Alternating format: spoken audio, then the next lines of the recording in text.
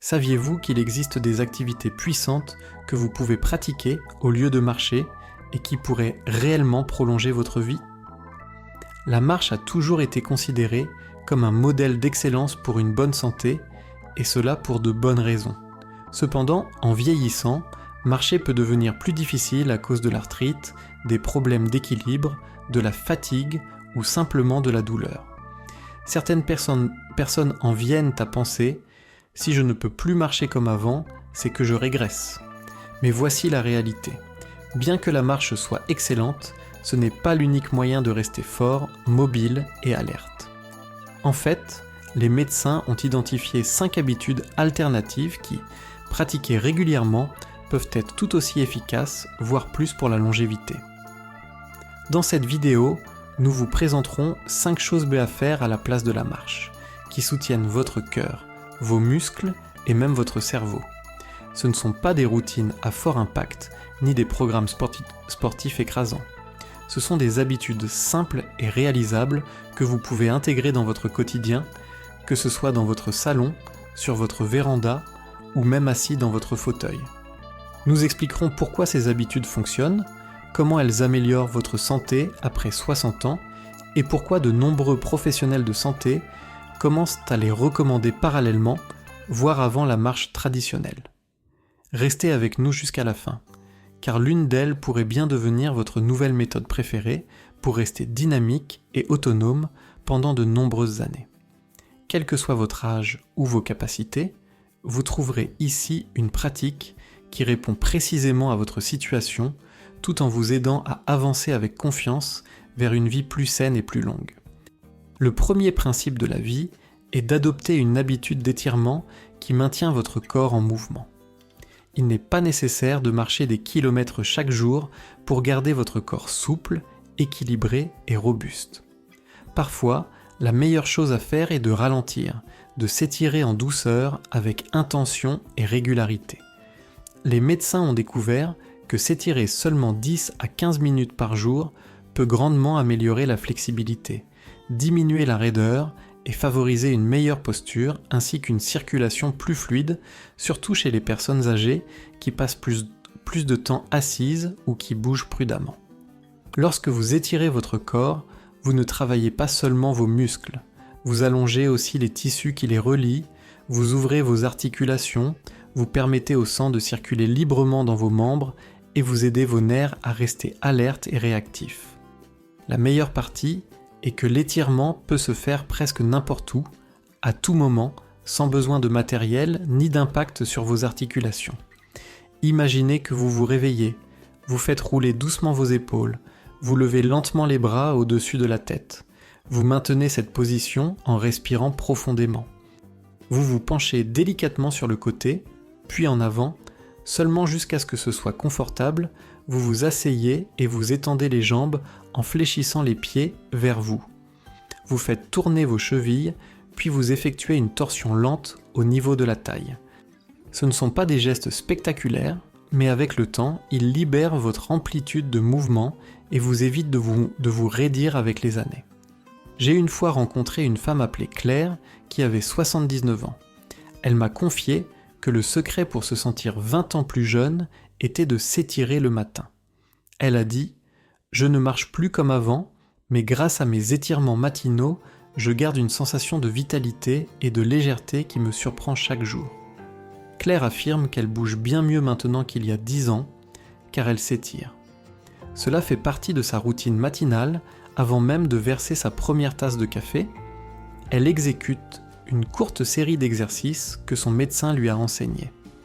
Elle explique que cela réveille son corps, lui rappelant qu'elle est toujours capable. C'est exactement ce que fait l'étirement. Il envoie un message doux à votre corps, disant « Nous sommes toujours là, nous continuons à bouger ». S'étirer quotidiennement facilite la marche, diminue le risque de blessure et commence chaque journée en disant à votre corps « Je travaille avec toi et non contre toi ». C'est une habitude simple à adopter, mais qui représente un cadeau précieux que vous pouvez vous offrir. Ensuite, une routine de renforcement musculaire protège votre autonomie.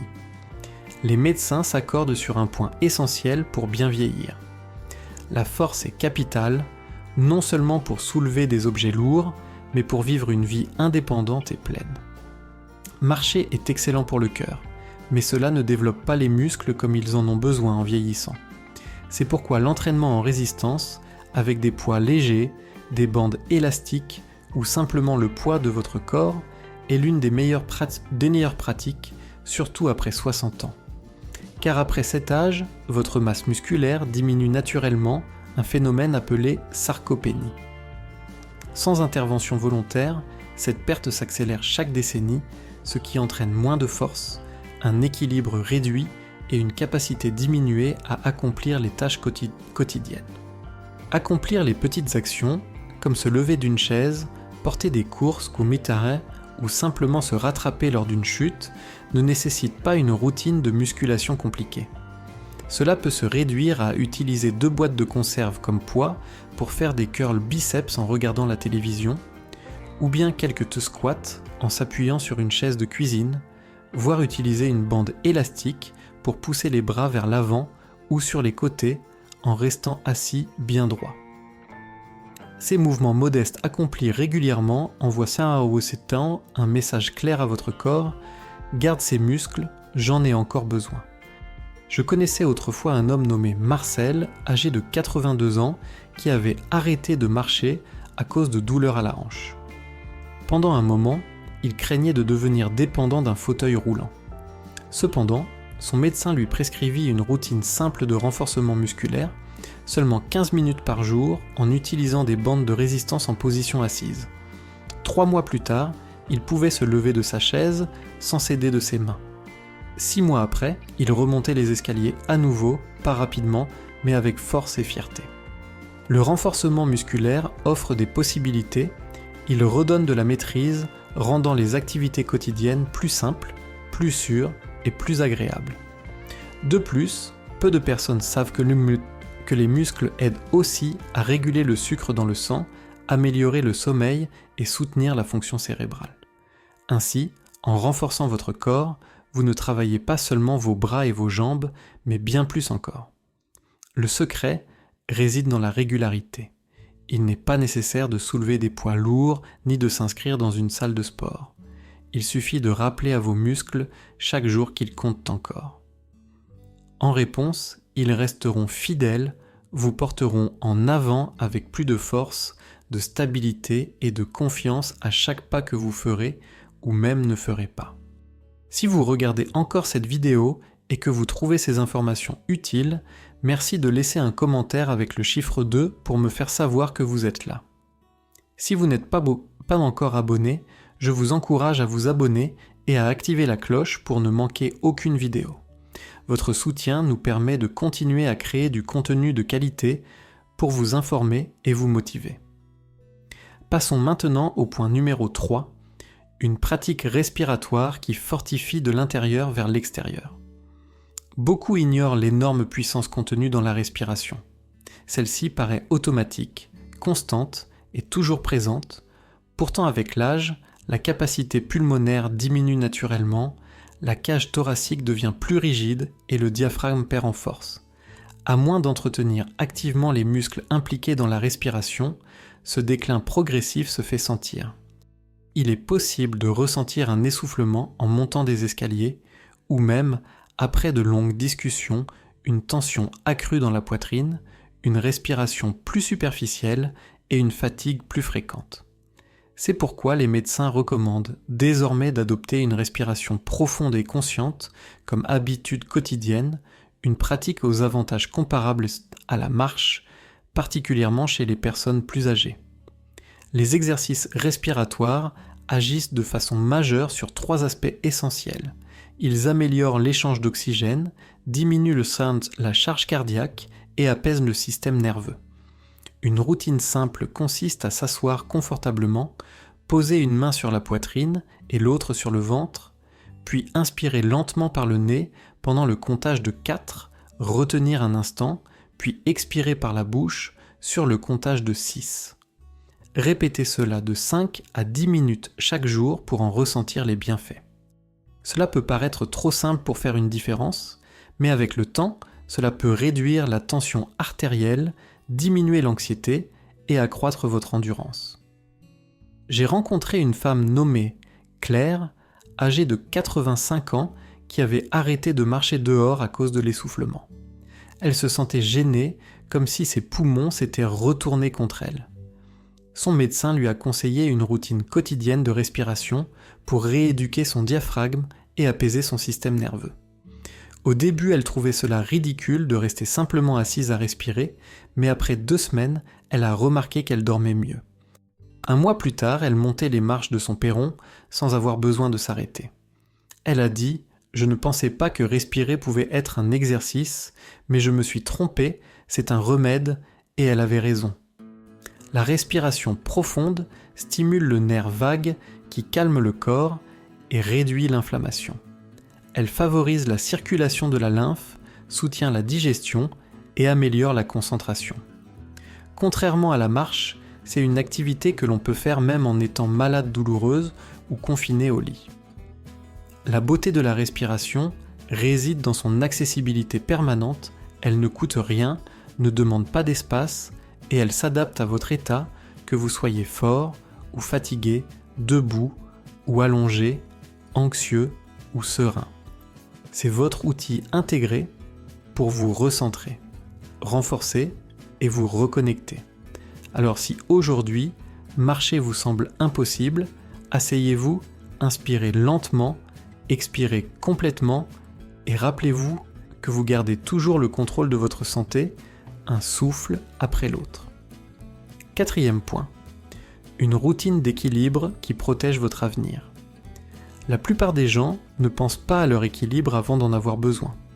On pourrait penser perdre l'équilibre facilement, mais en réalité, l'équilibre est l'un des éléments les plus cruciaux et pourtant le plus négligé pour vivre de manière autonome en vieillissant.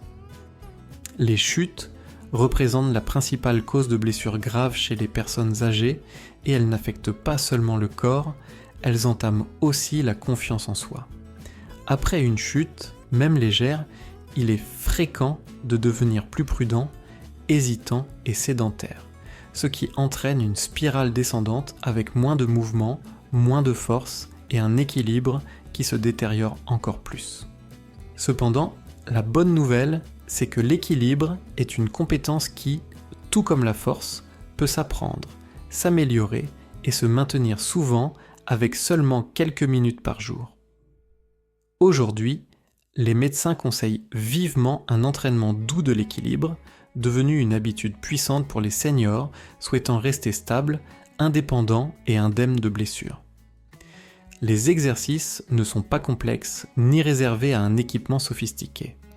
On peut commencer simplement en se tenant à côté d'un comptoir ou d'une chaise solide, en soulevant un pied légèrement du sol et en tenant la position pendant 10 secondes, puis en changeant de côté. Une autre approche consiste à transférer lentement le poids d'un pied à l'autre tout en gardant le torse stable. Des exercices plus avancés peuvent inclure le fait de se tenir talon contre orteil ou de marcher en place lentement et avec contrôle. Pour ceux qui le souhaitent, des cours comme le tai chi ou le yoga doux proposent un excellent travail d'équilibre à faible impact, avec des bénéfices sociaux et cognitifs. Je me rappelle d'un homme nommé Joseph, âgé de 81 ans, qui avait commencé à éviter les escaliers après une mésaventure sur son perron. Il n'était pas tombé, mais avait frôlé la chute et cela l'avait beaucoup marqué. Sa fille, Claire, lui a presque fait perdre l'équilibre quand elle lui a offert une planche d'équilibre. Chaque matin, il commençait à faire de courts exercices en chaussettes. Après quelques semaines, il m'a déclaré « Je n'ai plus peur de mon Porsche ».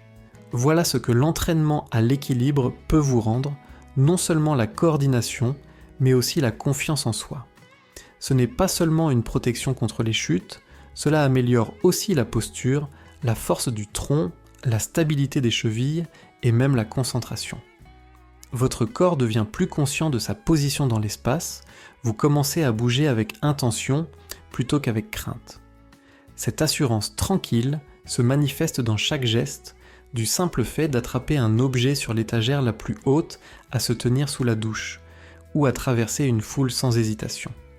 Si marcher est difficile pour vos articulations, ou si vous souhaitez éviter une rechute, travaillez votre équilibre pourrait être votre meilleur allié. Cela vous maintient debout, aiguise votre conscience corporelle et restaure la confiance silencieuse que vous aviez autrefois en votre corps, non pas parce que vous voulez prouver quelque chose, mais parce que vous désirez toujours vivre selon vos propres conditions. Si vous regardez encore cette vidéo et trouvez ces conseils utiles, merci d'écrire le numéro 4 dans les commentaires pour me signaler votre présence. Si vous n'êtes pas encore abonné, je vous conseille de vous abonner et d'activer la cloche pour ne manquer aucune vidéo. Votre soutien nous permet de continuer à créer du contenu de qualité pour vous informer et vous inspirer. Passons maintenant à la suite. Le numéro 5, une routine cérébrale pour rester vif et impliqué. Le cerveau est un muscle et, comme tout muscle, il nécessite une stimulation régulière pour conserver sa force. À l'âge de 60 ans, beaucoup de personnes remarquent des modifications subtiles dans leur mémoire, leur attention ou leur capacité à résoudre des problèmes, c'est un phénomène courant. Ce qui est moins souvent évoqué, c'est la force que peut avoir un engagement intellectuel quotidien pour ralentir le déclin cognitif et même créer de nouvelles connexions neuronales, et ce, jusque dans les 80 ans et au-delà. Il n'est pas nécessaire de se consacrer à des exercices complexes comme résoudre des équations ou apprendre des poèmes par cœur. L'objectif n'est pas de devenir un érudit, mais de rester stimulé, de mettre son cerveau au défi juste assez pour le garder curieux, actif et vigilant. Cela peut prendre différentes formes. Faire un jeu de mots croisés chaque matin, jouer à des jeux de lettres avec des amis, apprendre à utiliser un nouvel appareil technologique, lire un chapitre d'un livre jamais exploré auparavant ou encore mieux, en discuter avec quelqu'un d'autre. Les médecins et chercheurs ont découvert que les personnes qui stimulent régulièrement leur esprit, notamment celles qui associent ces activités intellectuelles à des échanges sociaux, présentent un risque beaucoup moindre de déclin cognitif. Plus tôt cette habitude est adoptée, plus les bienfaits s'accumulent au fil du temps. Je connaissais une dame appelée Claire, âgée de 86 ans, qui n'avait jamais terminé ses études secondaires, mais gérait parfaitement son foyer et avait élevé 5 enfants. Après le décès de son mari, elle se sentait isolée et perdue. Son petit-fils lui a offert une tablette et lui a montré comment jouer à des jeux de mémoire dessus. Puis elle a rejoint un petit groupe qui faisait des quiz hebdomadaires à la bibliothèque. Elle m'a un jour confié « Je ne gagne pas toujours, mais mon cerveau se sent réveillé à nouveau. » Voilà l'essentiel, ce sentiment d'éveil, de continuer à grandir, à apprendre, à faire partie de quelque chose.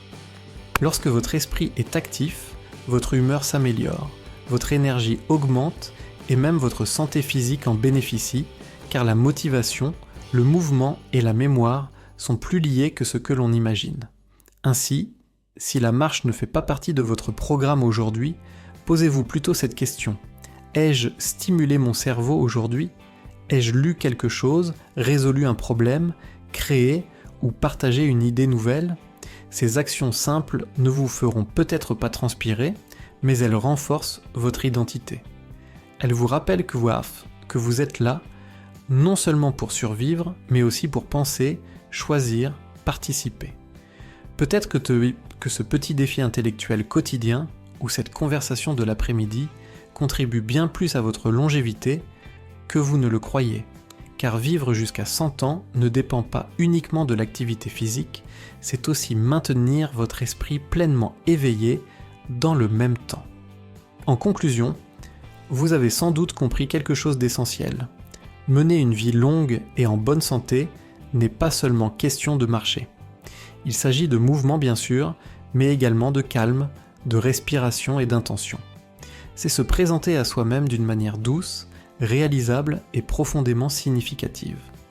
Ces 5 habitudes journalières que sont l'étirement, le renforcement musculaire, les exercices respiratoires, le travail d'équilibre et la stimulation cérébrale ne sont pas seulement des alternatives à la marche. Elles forment des piliers essentiels de la longévité, chacune soutenant une facette différente de votre être.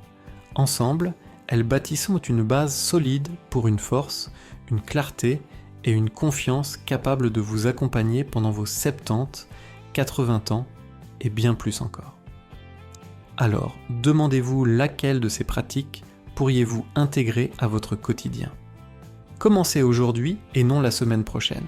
Pourriez-vous faire quelques rotations d'épaules avant le petit déjeuner ? Seriez-vous capable de soulever une boîte de soupe ou de vous redresser un peu plus en respirant profondément ? Que diriez-vous de jouer à un jeu de cartes, d'appeler un ami ou de vous tenir sur un pied pendant que vous vous brossez les dents ? Il n'est pas nécessaire de réaliser ces 5 actions d'un coup. Commencez par une seule, appropriez-vous-la et progressez à partir de là. Car la route vers le 100% ne se mesure pas au kilomètre parcouru, elle se construit à partir des choix quotidiens posés avec attention. Plus vous prendrez la responsabilité de ces décisions, plus votre corps et votre esprit réagiront avec force, élégance et vitalité. Vieillir n'est pas un combat, mais une expérience à vivre avec douceur et un profond respect pour tout ce que vous avez traversé. Votre santé ne doit pas forcément décliner simplement parce que le calendrier avance, et votre joie ne doit pas diminuer sous prétexte que votre rythme ralentit. Vous avez encore tant de vie devant vous, tellement d'instants à savourer, tant de manières de prendre soin de vous, non pas dans la contrainte, mais avec amour. Merci d'avoir été avec nous aujourd'hui. Claire et Marcel aimeraient beaucoup savoir ce que vous en pensez. Laissez un commentaire ci-dessous et partagez une chose que vous avez apprise et comment vous comptez l'intégrer dans votre quotidien. Vos réflexions comptent pour nous, alors n'hésitez pas à les exprimer. Lire vos retours nous apporte beaucoup de motivation et d'encouragement. Si cette vidéo vous a plu et vous a été utile, merci de liker, vous abonner et partager. Votre soutien nous permet de continuer à créer des contenus inspirants et informatifs. Merci de votre attention et au plaisir de vous retrouver dans la prochaine vidéo.